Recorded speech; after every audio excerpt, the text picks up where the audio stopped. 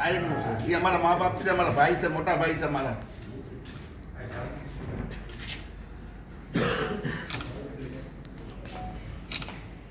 એનો સવાલ જ નથી. મારા વડીલ છે. જય ભીમ, નમો બુદ્ધાય. હું રાજુ સોલંકી. આજથી 2 વર્ષ પહેલાં જે ગણેશ ગોંડલ અને સંજુ સોલંકીનો જે ઝઘડો હતો, એ ઝઘડામાં મેં 12 કલાક મથામણ કરી અને એફઆઈઆર દાખલ કરાવી. ત્યારે એક પણ સમાજનો આગેવાન મારી સાથે નહોતો. એફઆઈઆર લઈ ગયા પછી સંપૂર્ણ રીતે સામૂહિક આત્મહત્યાનું મેં અલ્ટિમેટમ આપેલ કે ગણેશ ગોંડલની ધરપકડ ના થાય તો અમે આખો પરિવાર આત્મહત્યા કરશું. એ આત્મહત્યાના સામૂહિક આત્મહત્યાના પ્રેશરમાં આવી સરકારશ્રીએ ગણેશ ગોંડલની ધરપકડ કરી. ત્યાર પછી હું રાજકોટ આવેલો. મારી બીપીની દવા ચાલુ છે. દવા લેવા આવેલો. મને અમારા એક આગેવાનનું જે દેવદાનભાઈ મુસળિયા છે, એમનો મને ફોન આવેલો કે મને અનુરૂધસિંહ બાપુનો ફોન આવેલો છે અને આપણે અનુરૂધસિંહ બાપુને મળવા જવાનું રીબડા છે. ત્યારે હું રાજકોટથી રિટર્ન રીબડાની નજીક હતો ને મને ફોન આવ્યો એટલે મેં કીધું હું અહીં રીબડાની બાજુમાં જ છું. ત્યારે યોગેશ ભાષા, પિન્ટુ બગડા અને દેવદાન મુસળિયા મને અનુરૂધસિંહ બાપુ પાસે લઈ ગયા. અનુરૂધસિંહ બાપુ પાસે લઈ ગયા અને મને એવું કીધું કે આપણે ગોંડલ જવાનું છે.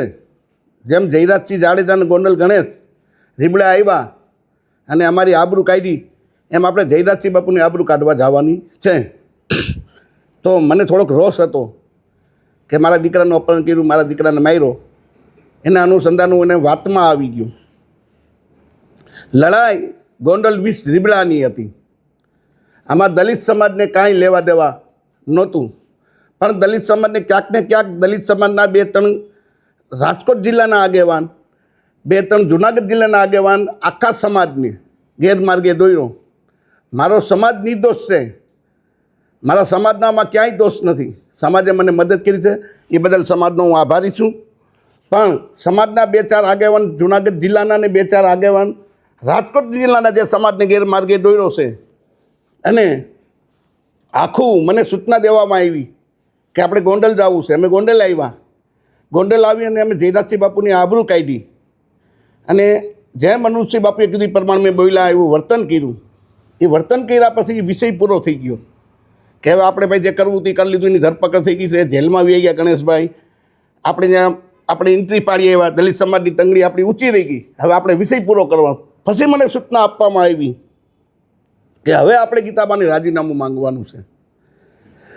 સમાજના આગેવાન દેવદાન મુસળિયા, આ ભાઈ યોગેશ ભાષા, એ મને સૂચના, અને દિનેશ પાત્ર અને રાજુ સખિયા, આ મને સૂચના આપતા ગયા કે હવે આપણે ગાંધીનગર જવાનું છે. 2 લાખ બાઇકની મેં ચેલેન્જ કરી અને સમાજે મને સહકાર્ય આપ્યો. સમાજ તૈયાર હતી જવા માટે. પણ ક્યાંક ને ક્યાંક ગેરમાર્ગે અનુરૂધસિંહ બાપુને સમાજના જે આગેવાન છે, અમારા જુનાગઢ જિલ્લાના અને જે રાજકોટ જિલ્લાના 2-3 આગેવાન છે, એને ગેરમાર્ગે આખા સમાજને દોર્યો. અને ગીતાબાનું રાજીનામું માંગવાનું, અને ગીતાબા રાજીનામું આપ્યા પછી અનુરૂધસિંહ જાડેજાના દીકરાને ચૂંટણી લડાવવાની, આવી રીતના ગેરમાર્ગે સમાજને દોર્યો અને મને પણ દોર્યો. એટલે હું એની વાતમાં આવી ગયો કે આપણા સમાજના આગેવાન છે. આ સંજુ સોલંકી છે, રાજુ સોલંકીનો દીકરો નથી. રાજુ સોલંકી 30 વર્ષથી સમાજ માટે લડાઈ કરે છે.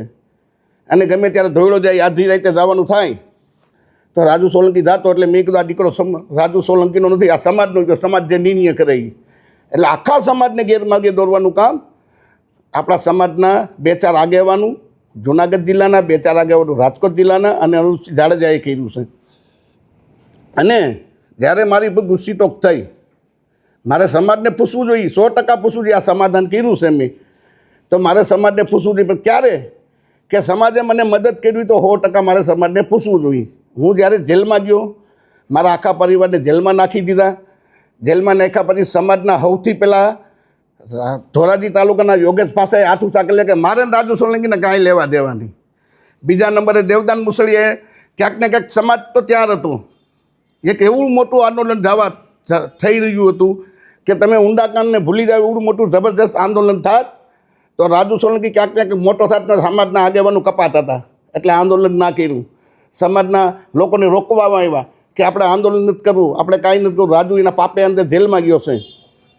મને મદદ ના કરી. મારી ઘરવાળી જાતિને આગેવાનોને પૂછતી કે ભાઈ મારા ઘરવાળાને મારા દીકરાને તમે આખું ગુજરાત જાણે છે કે રાજુ સોલંકી ઉપર ને રાજુ સોલંકીના પરિવાર પર ખોટી ગુસ્સીટોક થઈ છે.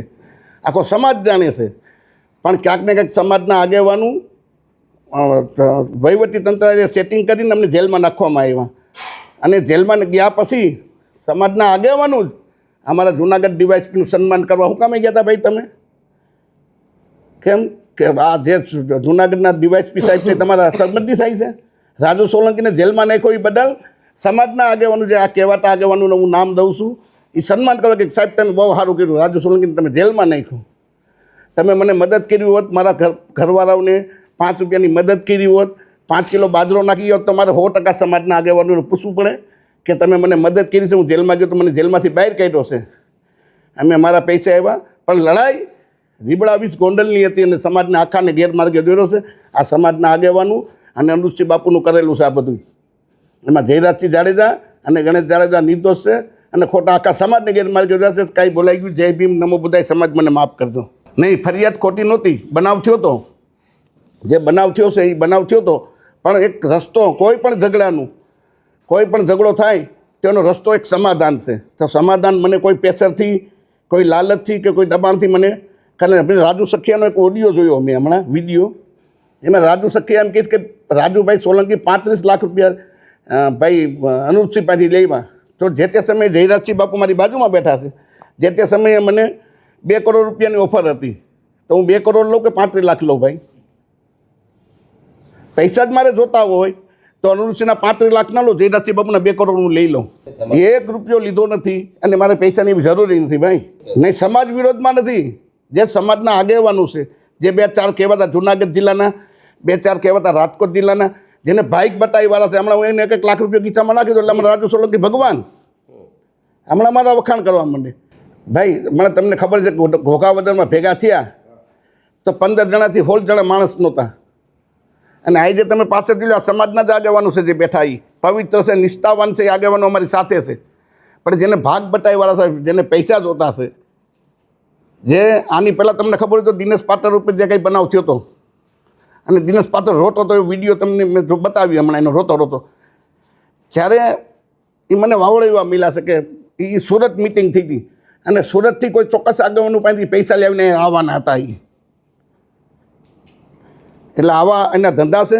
સમાજને હાથ જોડીને વિનંતી છે કે આવા આગેવાનોને વાતોમાં ના આવતા અને મારે પૂછવું જોઈએ સમાજને. પણ જ્યારે મને સમાજે મદદ કરી હોય તો મારે 100% પૂછવું જોઈએ. કોઈ સમાજના માણસ 1 કિલો તેલ મારે ઘેરે કે 1 કિલો બાજરો આપી ગયા હોય તો મને કહે કે અમે 1 કિલો બાજરો કે 10 રૂપિયા રાજુભાઈને ઘેરે કે એના પરિવારને મદદ કરી છે તો મારે 100% પૂછવું જોઈએ.